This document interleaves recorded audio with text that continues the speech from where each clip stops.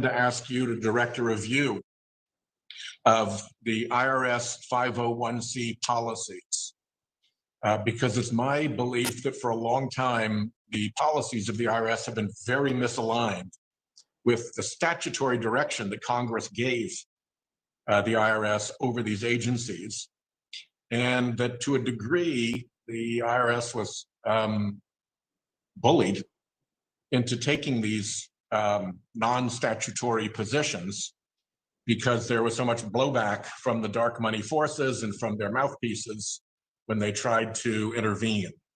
I think the 501c problem and the extent to which anonymous money is now interfering in our politics is deadly serious.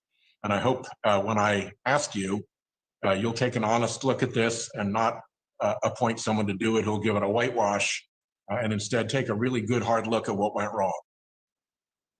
Senator, I would be very glad to work with you on that. You're pointing to very disturbing situation, and I'll need to get up to speed on where things are with that, but I would be glad to initiate a serious review of this matter.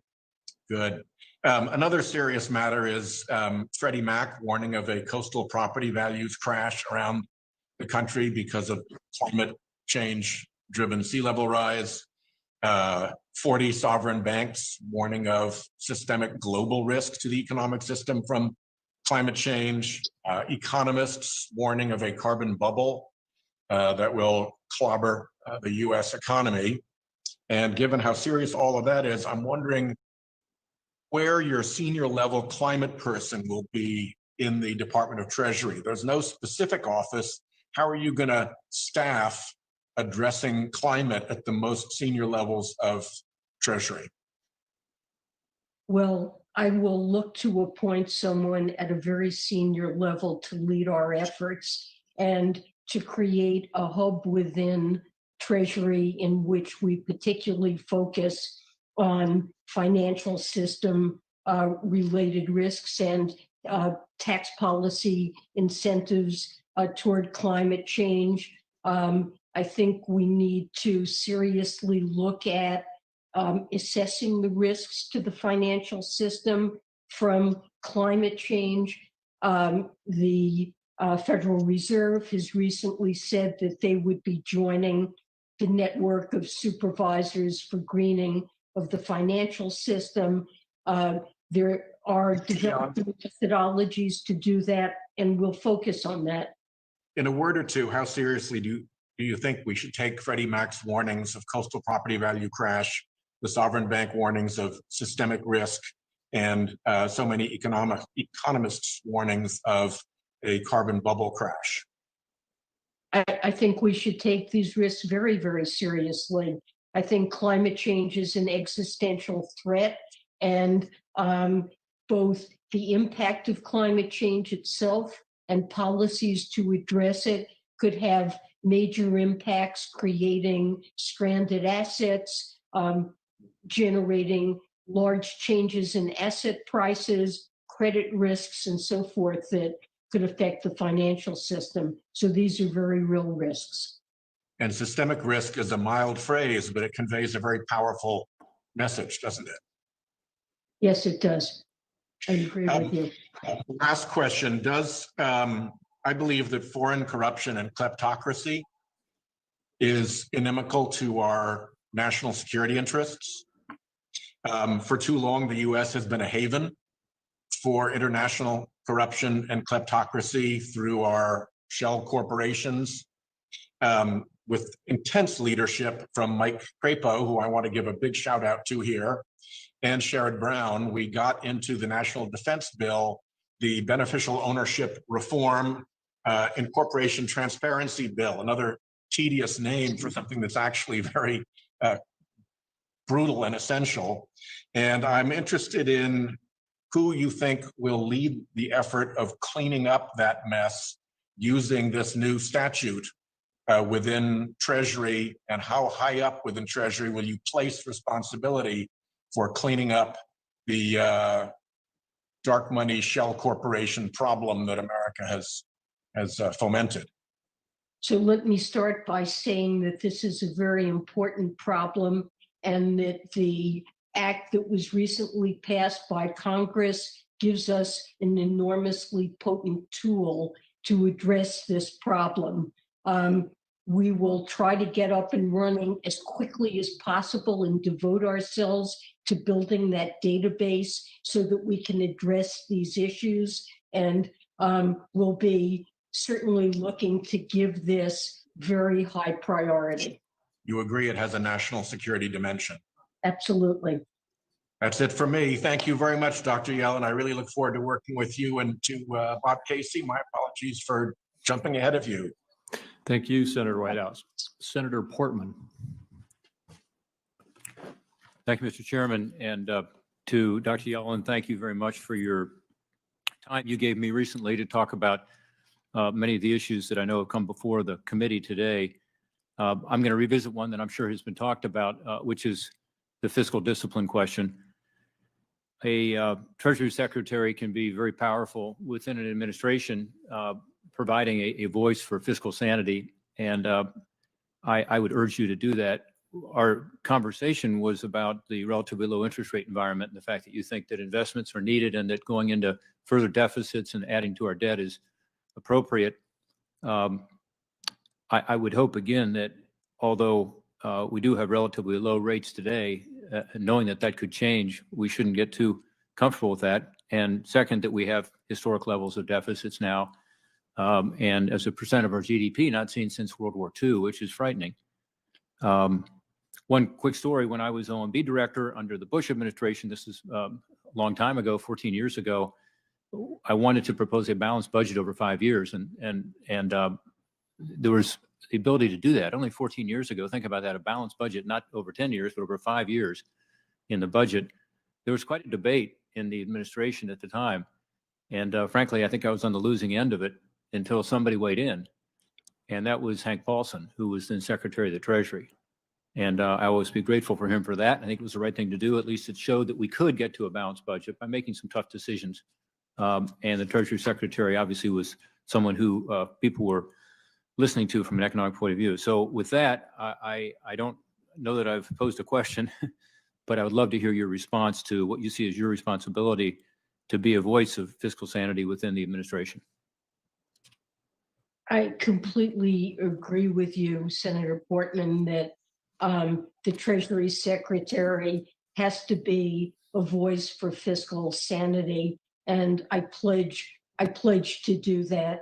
Our finances need to be on a sustainable long-run course, and that's very important for us to focus on. I pledge to do that.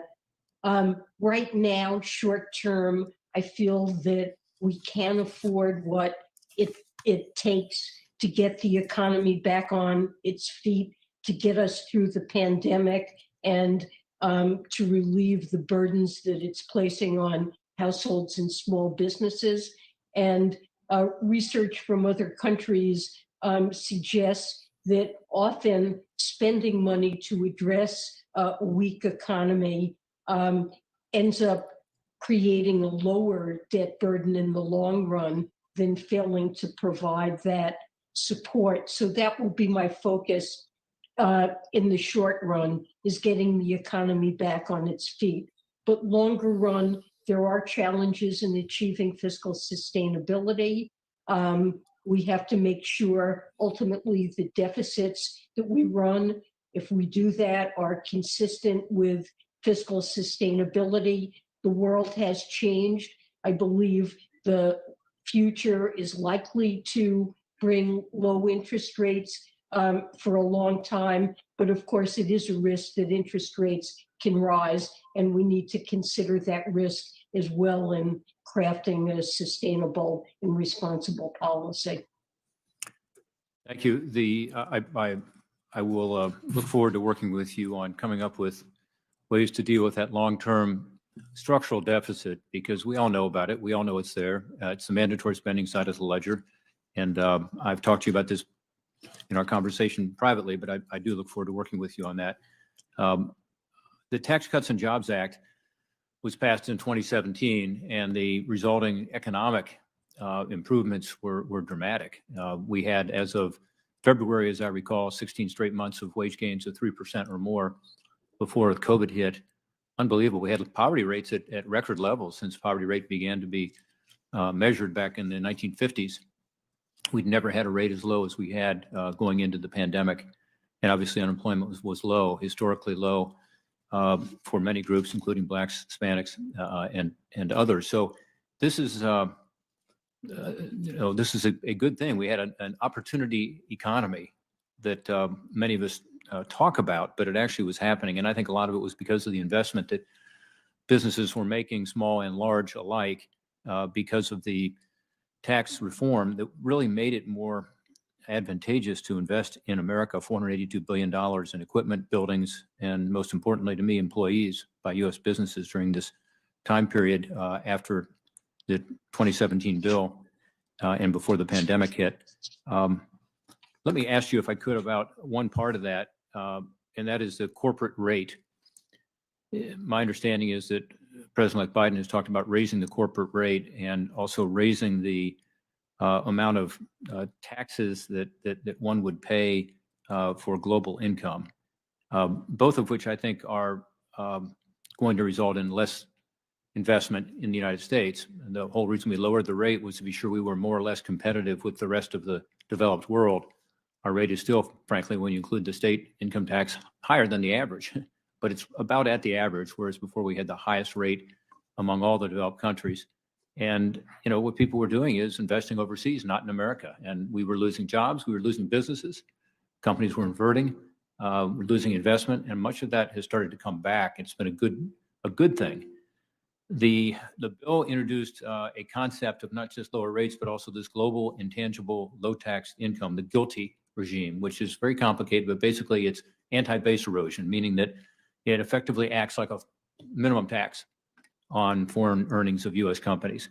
Prior to that, companies could just defer their taxes forever because our rates were so high. People deferred and deferred and deferred. Now they have to pay it, and it's it is kind of a minimum tax. The high U.S. tax rate we had before made the deferral necessary, but it also caused this lockout of foreign earnings as a barrier to U.S. investment. Again, created incentives for acquisitions of U.S. companies by foreign companies so they could get a better deal. So we both lowered the rate and eliminated deferral. As a result, we've created a more level playing field.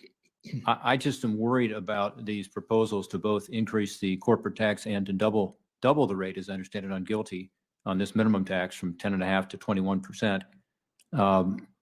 It would put us again in a non-competitive situation relative to our OECD trading partners. And, the OECD right now is considering a global minimum tax rate of 12.5%. So they're going the opposite way because they get it. This creates more jobs in their countries. So I hope that you will push back against that, understanding that, you may not approve all of the tax cuts and tax reforms that were in there, but certainly on the business side, this created an incentive to invest in America. Senator Lower rates and Portman, also the ability to write off your investment. Senator Portman, we are on a time schedule here because another committee needs to take this room. So could I ask that to be a question for the record? Great. Well, I would love to hear your response in the record for that. Again, I appreciated our conversation on that and other issues, and I look forward to hearing from you. Thank you. Thank you. And Dr. Yellen, I know you've responded to that type of question a couple of times, but if you could give a very thorough response in the question for the record, because I thought that was a very well stated question. Thank you, Chairman. Thank you. Next, we will return to Senator Casey. Mr. Chairman, you can hear me now. Yes, we got you. Okay. Thanks, Dr. Yellen. Thank you for your willingness to serve the American people again. We're grateful for that. I wanted to focus my questions, maybe two broad questions, mostly on children, but they'll touch on other issues as well. First of all, the role of both child care and early childhood education, so-called early care and learning, the importance of that to the economy, and in particular to the labor force participation by women, which we know is a major challenge we have. The pandemic has exposed the importance of caregiving on our economy, those who care for and support children, who support and care for seniors and people with disabilities. We're seeing more clearly now, probably than ever, the importance of quality, affordable care for those Americans and the connection between that care and our economy. In President-elect Biden's American Rescue Plan, he included a provision very close to my bill, the Child and Dependent Care Tax Credit, the expansion of that. And so I just wanted to ask you about both the question of childcare and the care economy as an economic imperative to the country. If you could discuss both your ability to elevate this issue, both as it relates to COVID-19, as well as the importance in terms of the short and long-term competitiveness of our economy. Well, thank you for that question, Senator. I feel this is a really critical area, both because of the pandemic and longer term. The availability of childcare and paid leave greatly affects the ability of women to participate in the labor force. And once upon a time, we had one of the highest labor force participation rates for women of any developed country, and that has really changed, and we no longer are anywhere near the top.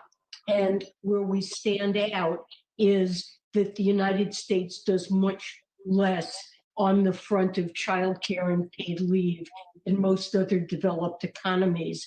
And I agree, for the competitiveness of our economy and wanting women to be able to participate, it's really critical to address those shortages. And it's been more than evident in the pandemic.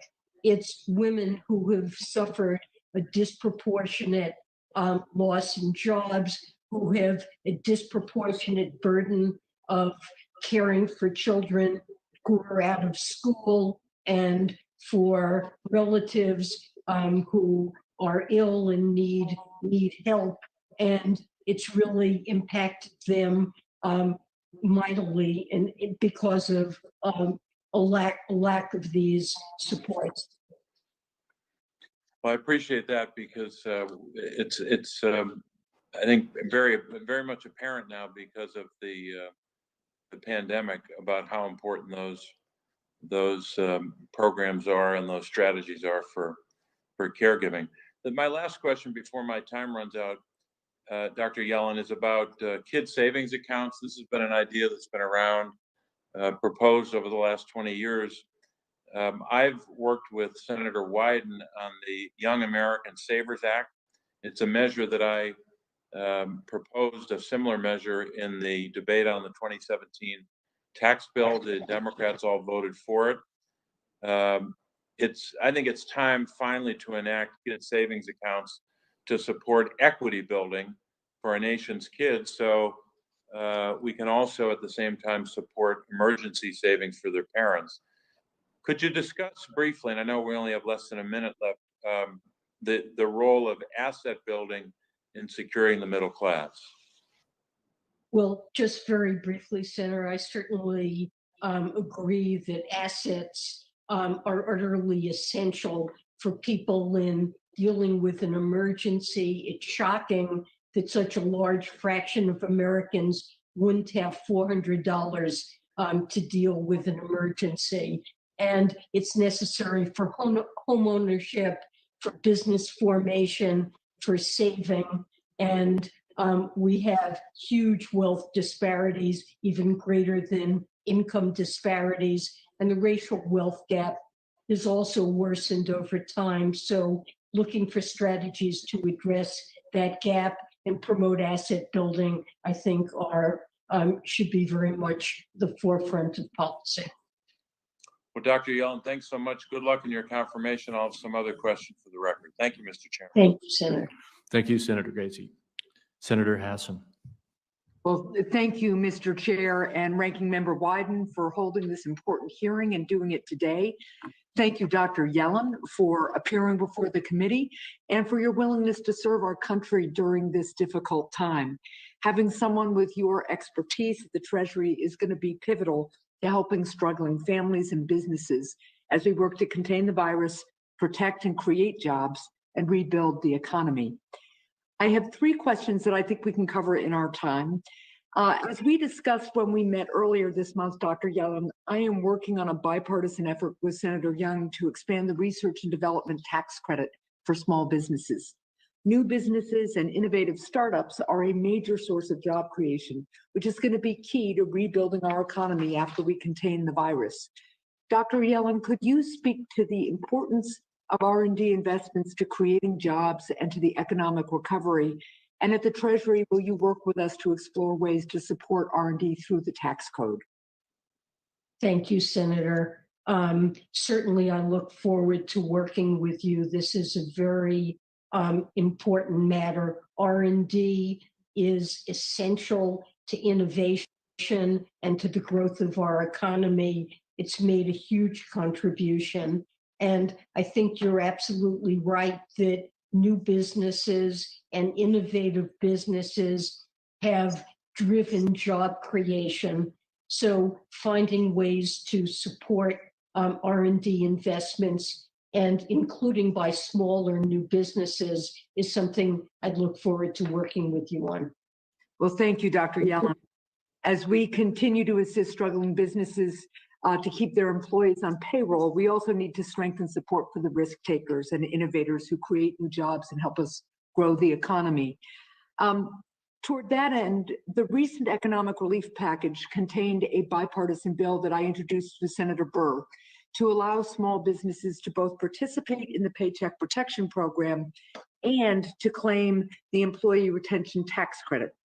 Unfortunately, according to the National Federation of Independent Businesses, one of the supporters of our bill, many small businesses remain unaware that they can receive upfront payments of the Employee Retention Credit to help keep workers on payroll and cover employee health care costs.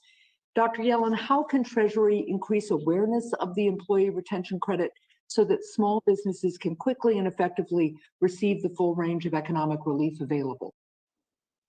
Well, Senator, I first let me say that I think allowing these businesses to utilize both PPP and the Employee Retention Credit was a very worthwhile innovation and should really help a lot of businesses. So we want to make sure that they know about it.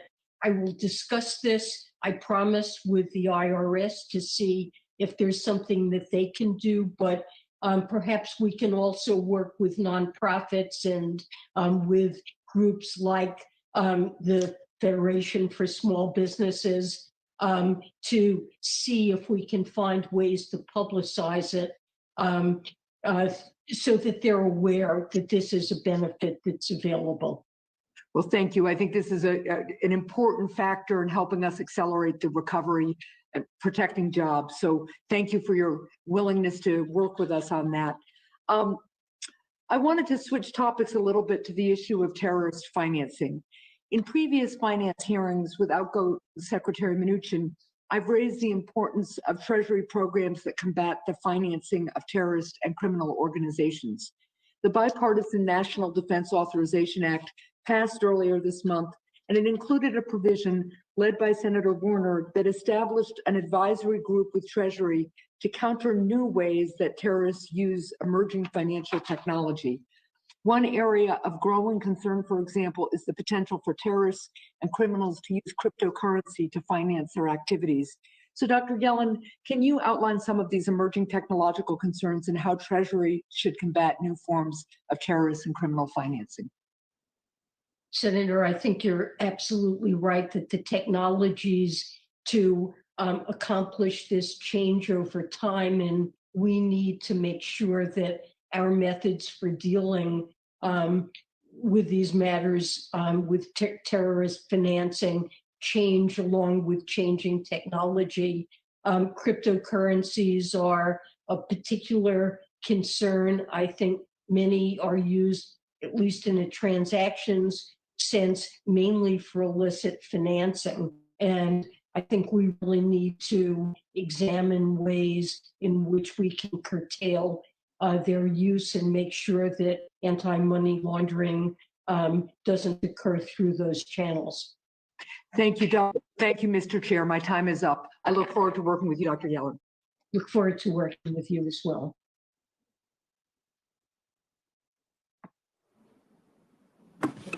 Thank you.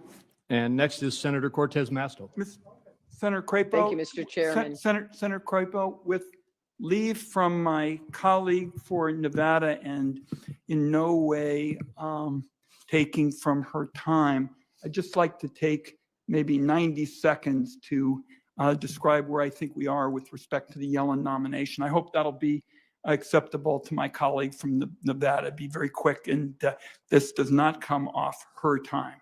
Yes, please. So the majority and the minority have been talking, and we now have an agreement that finance members, Senate finance members, will have their questions in for the nominee tomorrow.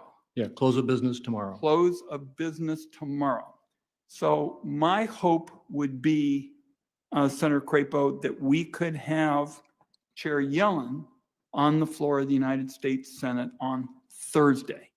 And obviously, we're taking it a day at a time. And we made some headway here in the last hour. Deadline for Senate questions. I mean, this is a person who's been confirmed again and again and again, and has all these past Treasury secretaries in back of her. So I appreciate the discussions that we've had in the last hour. We've made some progress. I hope she'll be on the floor on Thursday. Thank you. Well, thank you, Senator Wyden. And I will talk with Senator Grassley, and we will work with members on our side to work expeditiously. Thank you. Now, Senator Cortez Masto. Thank you, Mr. Chairman. Dr. Yellen, congratulations. Thank you for the courtesy meeting last week. I'm going to try to keep it brief. It's been a long morning and afternoon for you, and I've thank you so much for your patience, and I enjoyed listening to all of your responses to my colleagues. Two issues: hospitality, and we talked about that, and the other is housing. So let me just talk a little bit about, as you well know, in Nevada, we've been so hard hit. Before the pandemic, the travel and tourism industry was one of the largest sectors of the economy. In 2019, travel generated 1.1 trillion in spending and supported 15.8 million American jobs. But the COVID-19 pandemic has devastated the travel industry more than any other sector of the economy. And according to Oxford Economics, the US lost 510 billion in travel spending and 4.5 million travel jobs in 2020. So my question to you is, what are your recommendations for addressing this hardest hit service sector economy and its workers, like those in Nevada and across the country? Well, Senator Cortez Masto, I'm really aware of just how badly the Nevada economy has been impacted by the pandemic because of the focus on travel, tourism, leisure activities. This is, as you said, the hardest hit sector with the most pain and job loss. And getting this pandemic addressed and over with so people can go back about their lives and travel and enjoy leisure activities, that is top of agenda. And in the meantime, making sure that we support the workers and the businesses that have been so badly affected, giving them the aid they need to get through this, come out the other side, and to help state and local governments in a variety of ways, reopen schools, make sure that you don't have to fire emergency workers because of the budget pressures that your state faces and others. Thank you, Dr. Yellen. But let me be a little bit specific. Last fall, Senator Kramer and I introduced a bipartisan bill. It's the Hospitality and Commerce Job Recovery Act. And what it does is it provides refundable tax credits for businesses and individuals to boost demand for travel once it's safe to travel again. I'm curious, what are your thoughts are? Can tax credits be effective tools to incentivize spending and help certain sectors like the service sector and travel sector recover and the economy turn around? Well, Senator, I'd be glad to take a look at that and work with you and examine the details more fully. I appreciate that. Thank you. As you said in your introduction, you know that the sector, particularly the service sector, has been so disproportionately impacted. We need to continue to provide relief and investments in this sector. So I'm hopeful that you and the Biden administration will work with us moving forward. Housing, I know I have about a minute left. Let me ask you this. And this was an issue. Nevada is literally dealing with an affordable housing crisis that started even before this pandemic. I know it's happening across the country. And we talked a little bit about this. Could you really address how Treasury Department can work with us to, as well as the Biden-Harris administration, to address what we see in affordable housing crisis across the country? It's a huge problem, Senator, and we really need to devise effective ways to work on this and support affordable housing. Things like the low-income housing tax credit, I think, have been very important, and we need to come up with other innovative strategies because this really is a crisis in many parts of the country. Well, I know my colleague, Senator Cantwell, mentioned this to you as well during this hearing. I look forward to working with you as well as the Biden administration to address this issue. Thank you again for your willingness to serve. Thank you, Senator. Appreciate it. Thank you, Senator Cortez Masto. Senator Young. Dr. Yellen, it's good to see you again. I enjoyed our visit the other day. Congratulations once again on your nomination. I would like to ask you, for starters, about some questions about our hardest hit businesses. It has been widely reported that we are in the midst of a K-shaped recovery where Wall Street doing pretty well, so many of our small businesses doing well. In fact, record profits we've seen from a number of them. Meanwhile, a number of our Main Street firms are if not hollowed out, certainly just pockmarked with businesses that are shuttered on account of this pandemic and associated public health measures. In your July 17 testimony before a House subcommittee, you indicated, Doctor, that there would be scars left on the economy. And by that, I infer you probably meant an erosion of skills within our workforce, a loss of innovation that tends to occur among these small firms, to say nothing of the future opportunities for growth.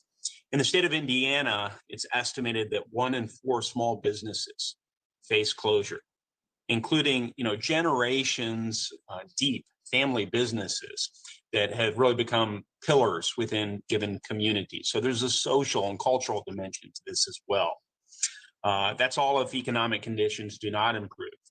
Blessedly, we've invented these vaccines and the economy will be opening up, and we have a relief package that we came together and passed to the American people before year's end. In light of that relief that we have offered, it seems to be making a difference. There seem to be some sunnier days ahead. What do you expect the need to be for additional small business assistance, and why do you expect that need to exist to a particular level? Well, unfortunately, I fear we have some very difficult months ahead before the vaccine has been widely enough disseminated to really open up the economy and let people get back to their regular lives, going out to eat at restaurants and engage in entertainment and things that involve face-to-face contact. So I think the PPP funding included in the last bill is tremendously important. We're going to do everything we can to work with the Small Business Administration to get that support out as quickly and as effectively as we can. These small businesses are the lifeblood of their communities and provide a disproportionate share of jobs in America. And so supporting them I think of scarring as not only affecting workers, but when businesses fail that have been the backbones of their communities, that's permanent job loss for workers and a tragedy for the communities. So this is certainly something we want to do. And if more funding is needed, we would come back and ask for that.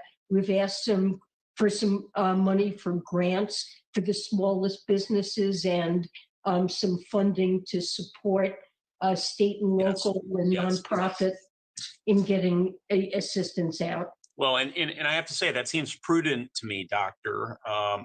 It's my sense, informed by conversations with people on the ground as well as economists, that there will be additional assistance needed for some of our hardest hit businesses. But we're going to have to continue to monitor that. I think that's the right approach. I also sense it's prudent, again, after consultation with others, to hold off of certain campaign promises that might have been made. And I want to get your perspective on that. In particular, tax increases in the middle of a global pandemic, which has triggered this massive economic downturn. So the focus now is not on tax increases, it's on programs to help us through the pandemic.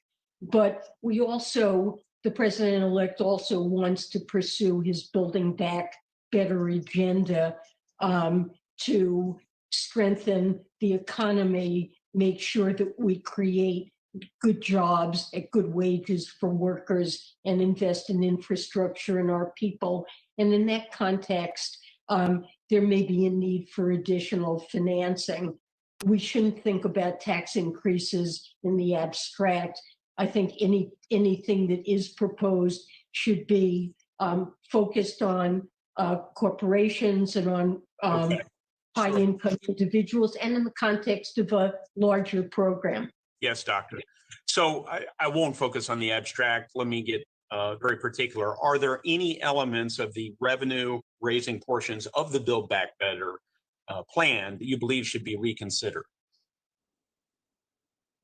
I'm not sure what you have in mind. There have been a few things that have been specified, but probably not a complete program. President-elect Biden has proposed increasing the corporate tax and making American companies that offshore jobs, reducing those incentives. And in doing that, I think worrying about the competitiveness of American business, would propose to do this in the context of global agreements on corporate minimum taxes. I'm grateful for the answer. I'll have to probably submit some follow-up questions for the record pertaining to the loss of jobs. Should companies invert, that is, send their headquarters overseas with seeking lower corporate tax rates, which was one of the reasons that the rate was lowered initially, but nonetheless. We need to avoid that for sure. Yes. Oh, good. We agree on that as a matter of principle. You and I discussed my proposal with Senator Bennett to create a long-term working capital loan program for our hardest hit businesses. It's called the Restart Act. 60 bipartisan co-sponsors were earned here in the United States Senate, roughly 180 in the House of Representatives, and thousands of small businesses in Indiana and across the country were supportive of this. To the extent we need additional small business relief, and you've indicated we might, is this something that you might work with me and Senator Bennett to try and perfect and perhaps implement in a bipartisan way? Absolutely. I would look forward to working with you on that. Thank you so much. Thank you, Senator Young. Senator Sass. Thank you, Mr. Chairman. Dr. Yellen, congratulations on your nomination. Obviously, an important capstone to a very distinguished career. I want to focus on a set of topics that involve the national security equities of the Treasury Department more than some of the topics of the last couple of questions. It is my view that whenever the Senate is fulfilling our advice and consent obligations with regard to any senior position that has national security equities, one of our obligations is to make sure that the nominee in question regards herself or himself as having a national security portfolio. And secondarily, I think it's clear that there is a bipartisan consensus in the Senate now. I come to you having just been in an intelligence committee hearing first open and then closed. And the bipartisan consensus is overwhelming that the number one long-term geopolitical threat the United States faces, not just in the next 4 years, but probably in the next 4 decades, is the Chinese Communist Party. So I want to ask you 2 questions about that first. Dr. Yellen, do you believe that the Secretary of the Treasury is a national security position in the president's cabinet? Absolutely. I think Treasury, along with rest of the administration, needs to stay laser focused on that. We have many tools that are implemented through Treasury to address national security concerns. The Treasury leads the CFIUS process and have sanctions and enforcement actions that can serve to dismantle financial and support networks of those who seek to do us harm. And certainly leadership of Treasury is important, and it's a priority. Thank you. I'm glad to hear you say that, Dr. Yellen, both the CFIUS point and the portfolio and the sanctions regime. I also, in the past, have chaired the subcommittee of banking that deals with sanctions. And I agree with you that you have a very important and professional staff in that area. And I'm glad to hear that you regard it as a priority. Do you regard the Chinese Communist Party as an existential threat to the United States? Well, I regard China as our most important strategic competitor, and feel it's necessary to devise an administration-wide and multifaceted approach to address the threats that China causes.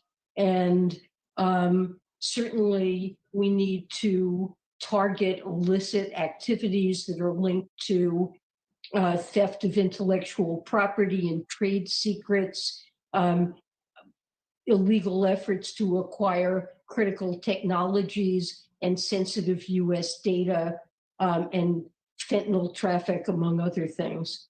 Thank you. I agree with your list. In addition, I wonder if you would regard Chairman Xi and his regime as guilty of genocide in Xinjiang at present. I think it's guilty of horrendous human rights abuses, yes. Thank you. I do think the word, not to quibble here, won't make you respond precisely to the word genocide, but I think it is important for us to recognize what has been happening in Xinjiang as a genocide. And so it is not just one issue among many where we can sort of varnish it as merely a geopolitical competitor. Chairman Xi's regime is evil, and they are raping and torturing Uyghur women at present. So I think we need to be well aware of the nature of the regime we're dealing with. Obviously, one of the most important pieces for the purposes of thinking about the future of the U.S. economy is the long-term technology race we face with China. For years, American economic and technological innovation have fueled the CCP's mastery of the digital economy, and then they've gone on to use that mastery of the digital economy to do a parade of horribles, some of which you just listed importantly. Could you walk us through how you think about a review of our technological interdependence with China? And do you believe that some degree of decoupling is going to be incumbent upon us in the next 4 years? Well, I do think that we face a significant competition with China and need to address the subsidies that China's put in place and other policies to erode our technological edge. I think first and foremost, we have to make sure that we as an economy make the investments that enable us to compete with China, investments in manufacturing and infrastructure and training and research and development that are ultimately our sources of economic strength. But we need to aggressively counter unfair practices that China uses, whether it's to enforce technology transfer or to invest in ways in the United States that that are dangerous to our national security. Thank you. I agree with you that there are a number of strategic areas where we are underinvesting, from AI to quantum to biotech to robotics, machine learning, et cetera. But as relates to 5G in particular and Huawei, could you use that as a case study to talk us through kind of how you think our policy should be unfolding in the 5G space and how we should be trying to bring together allies to battle the unfair practices that we see from Huawei around the world? And Senator Sass, may I ask that you make that a QFR because we're running against a tight deadline here? Yes, Chairman. Dr. Yellen, I will make that a QFR. And again, congratulations on your nomination, and we look forward to working with you on these topics. Thank you, Senator Sass. Thank you, Senator Sass. We are running up against a tight deadline here because we have to have the committee of this room available for another committee. But we're going to return to two senators, Senator Toomey and Senator Menendez, and then we will wrap up the hearing. And with that, Senator Toomey. Thank you very much, Mr. Chairman.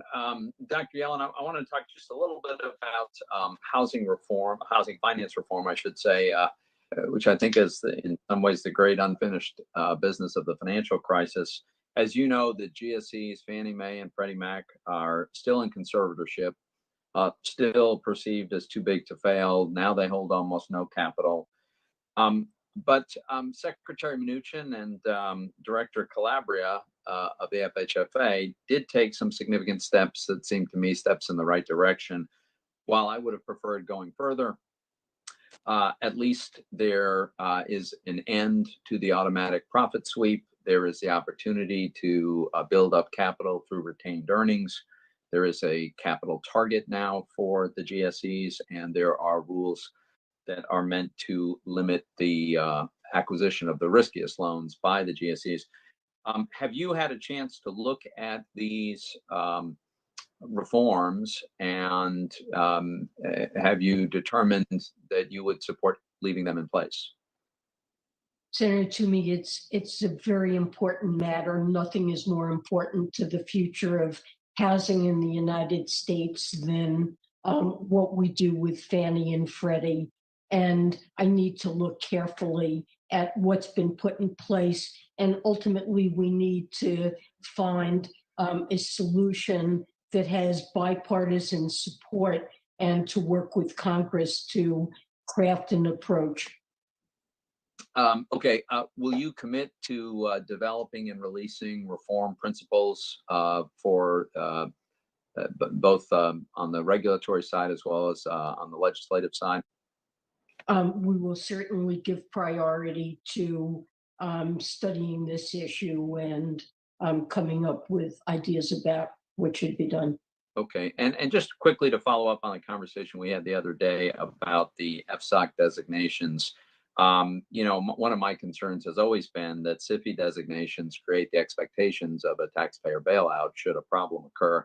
In a way, it designates the firms that are so designated as too big to fail. Interestingly, certain categories of financial institutions have not been designated, and it occurs to me that certain business models are inherently less of a risk to our financial system.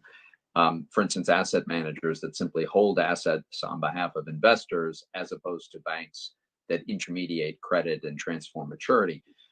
So asset managers have not been designated as SIFIs thus far. Do you agree with the decision that's been made not to designate asset managers as SIFIs thus far?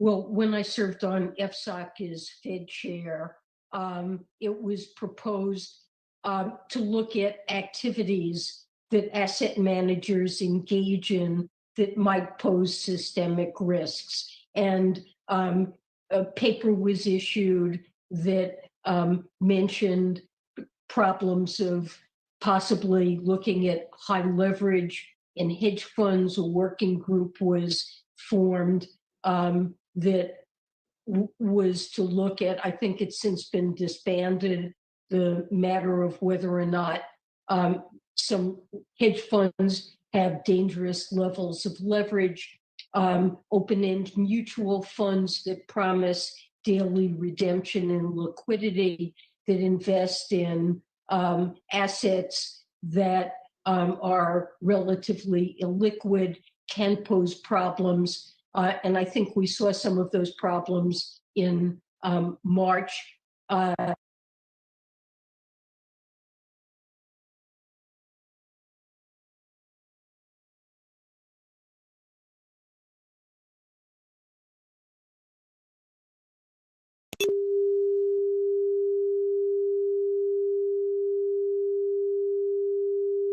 One, two.